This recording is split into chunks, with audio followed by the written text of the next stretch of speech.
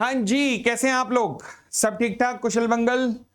तो दोस्तों बहुत बहुत स्वागत है आपका। 28 अगस्त 2023 है आज की तारीख है एंड आज की कॉर्पोरेट न्यूज जो भी अभी 2-3 दिन में इवेंट हुए हैं उन सब की जानकारी लेके मैं आपके सामने आया हूं। जो पहली बार इस चैनल को या इस वीडियो को देख रहे हैं, मैं बता दूं कि ये वीडियो इंपॉर्टेंट है, रेलेवेंट है सभी के सभी सीए, सीएमए, सीएस करने वाले स्टूडेंट के लिए, क्योंकि यहां इकलौता पर्पस है आपकी नॉलेज को इनहेंस करना।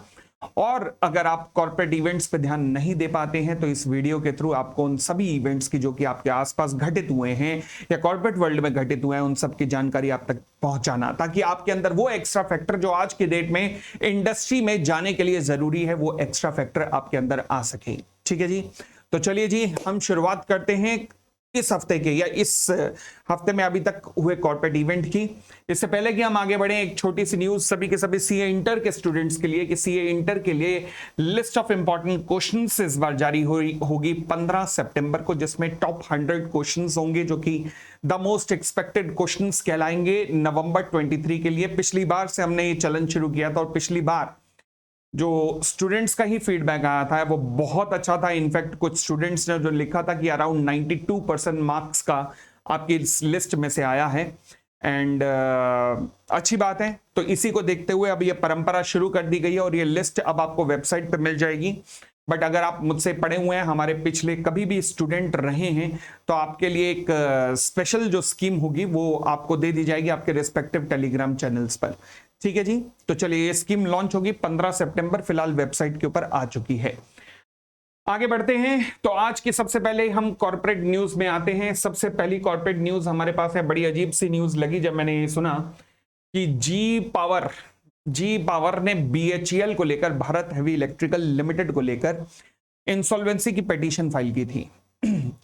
जी पावर ने भारत हेवी इलेक्ट्रिकल लिमिटेड यानी कि गवर्नमेंट कंपनी, इतनी बड़ी government company, heavy industry, heavy machinery बनाने वाली कंपनी, इस पब्लिक सेक्टर अंडरटेकिंग के खिलाफ जी पावर ने पिटीशन फाइल की थी। क्यों? क्योंकि भारत हेवी इलेक्ट्रिकल लिमिटेड इनका अमाउंट पे नहीं कर पाया था। आप ध्यान रखना, इंसॉल्वेंसी पिटीशन कहां फाइल होती है? इंसॉल्वेंसी एंड बैंक्रप्सी कोड के अंदर फाइल होती है। कौन फाइल कर सकता है? दो लोग। पहला, एक होते हैं फाइनेंशियल क्रेडिटर जिन्होंने आपको लोन दिया हो, और दूसरे होते हैं ऑपरेशनल क्रेडिटर जिन्होंने आपको गुड्स या सर्विसेज सप्लाई की हो।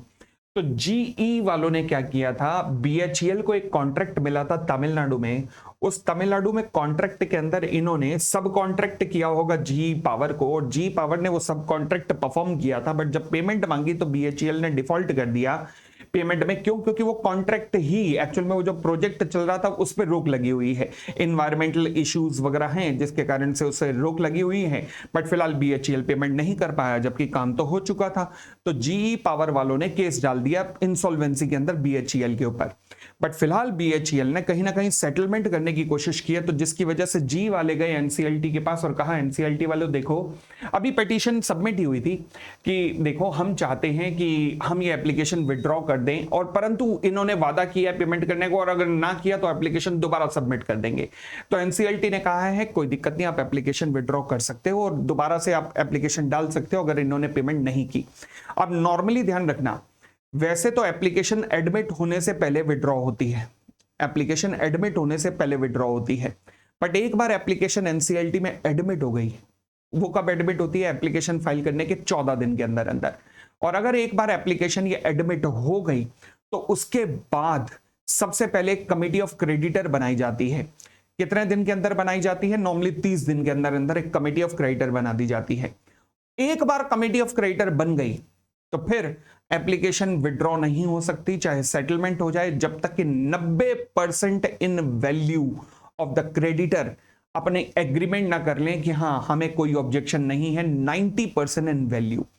मगर कमिटी ऑफ क्रेडिटर कब बनेगी? एप्लीकेशन एडमिट होने के 30 दिन के अंदर अंदर।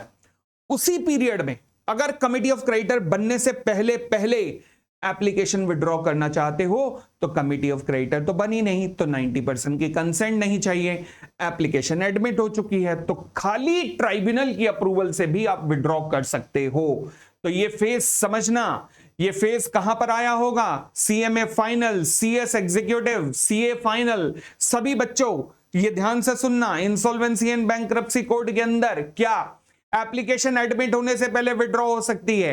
एडमिट हो गई, उसके बाद कमिटी ऑफ क्रेडिटर बन गई, तो फिर विड्रॉल के लिए 90% की कंसेंट चाहिए। बट एडमिट हो गई, कमिटी ऑफ क्रेडिटर बनी नहीं, तो फिर एनसीएलटी की कंसेंट चाहिए। क्लियर हो गई इतनी बात? चले, तो ये थी हमारी पहली न्यूज जहां पर जीई पावर अपनी एप्लीकेशन विड्रॉ कर रहा है भारत हेवी इलेक्ट्रिकल लिमिटेड के खिलाफ।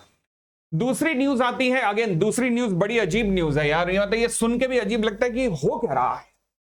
एक बड़ी से बेसिक सी चीज बताता हूं, बहुत ही बेसिक सी चीज।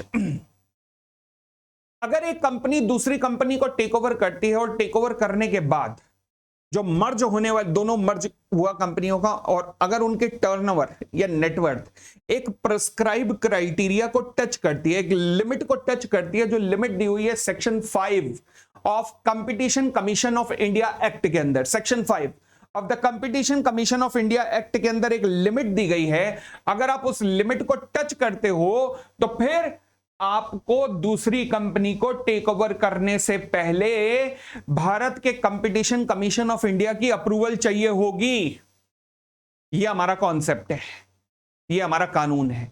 अब हैरानी की बात देखो क्या है, भारतीय एयरटेल जैसी कंपनी, इन्होंने टेक ओवर किया दूसरी कंपनी को, और भाई साहब हैरान करने वाली बात यह है कि इन्होंने इस चीज का कंप्लायंस नहीं किया।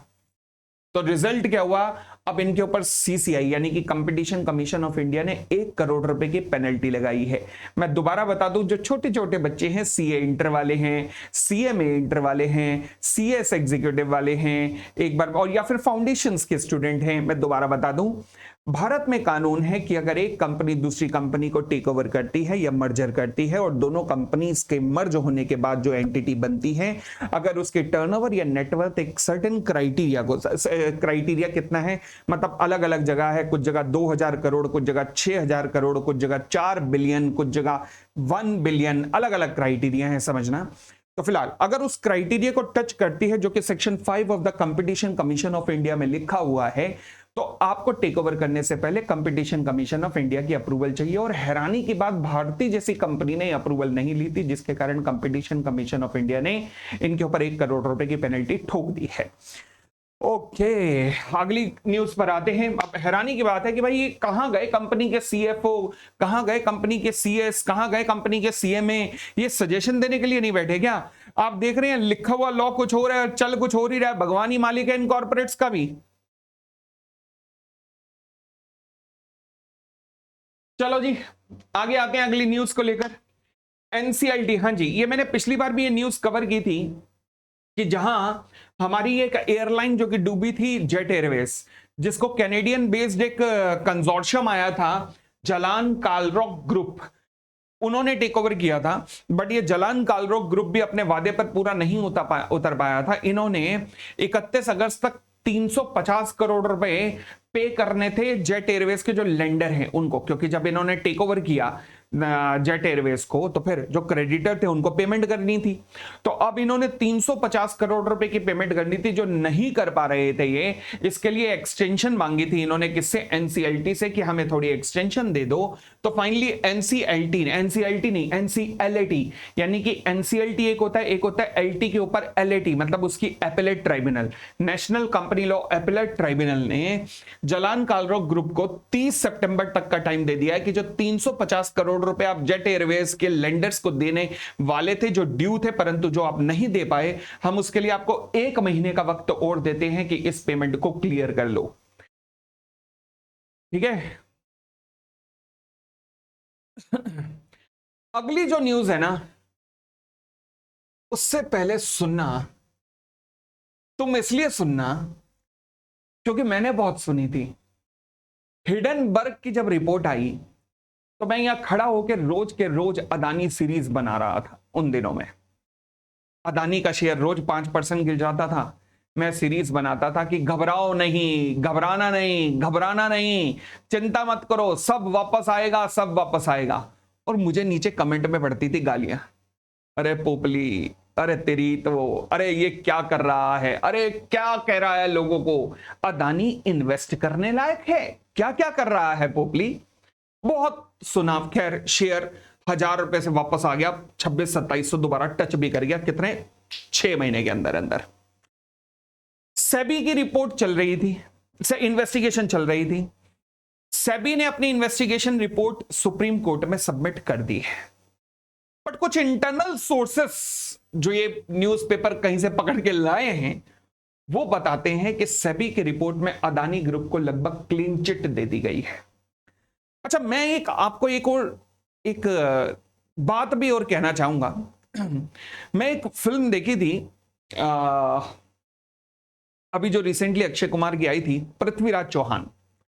उसमें मोहम्मद गौरी ने ना एक सवाल पूछा अपने वजीर से और कहा कि एक बात बताओ कि क्या 4 हिंदुस्तानी कभी एक साथ नहीं चल सकते क्या? तो उसके वजीर ने बड़ा प्यारा जवाब दिया। उसने कहा चल तो सकते हैं, मगर कब? जब 5वां व्यक्ति इनके कंधों पे बैठा हो। ये केवल तभी 4 एक साथ चल सकते हैं, अदरवाइज नहीं। मैं वो कहावत इसलिए बोल रहा हूं क्योंकि मैंने तब अदानी सीरीज में भी एक बात कही थी। वो क्या? कि भाई साहब, कौन सी कंपनी ऐसी है मुझे बताओ जो कि लैप्सेस नहीं करती? गूगल, माइक्रोसॉफ्ट, वॉलमार्ट के किस्से सुनोगे तो तुम थक जाओगे। लेबर कानूनों की कैसे धज्जियां उड़ाती है वो कंपनियां। पर जब इनकी हम बात सुनते हैं तो हम गर्व महसूस करते हैं कि वाह गूगल कहां पहुंच गया, वाह माइक्रोसॉफ्ट कहां पहुंच गया, वाह वाह कहां से कहां पहुंच गए, वाह। और जब हमारे भारत की ही कोई कंपनी आगे बढ़ना शुरू होती है तो हम कहते हैं ये चोर है, ये चोर है। ये हमारे अंदर कैसी, ये हमारी कैसी आदत है कि कोई भारतीय आगे बढ़ने लगे तो हम उसको कहते हैं ये चोर है, और जब कोई विदेशी आगे बढ़े तो हम कहते हैं ये है बंदा, भाई साहब आगे तो यही बढ़ा है। ये कैसी बात है यार? तो मैंने उस टाइम भी यही कहा था। मैंने कहा लैप्सेस छोटे मोटे हो सकते हैं, पर अदानी ग्रुप भारत की ग्रोथ में बहुत बड़ा योगदान दे रहा है आज की डेट में। इस ग्रुप के ऊपर उंगली नहीं उठाई जानी चाहिए ऐसे, और यही हुआ। सेबी की रिपोर्ट में तो यही आया है।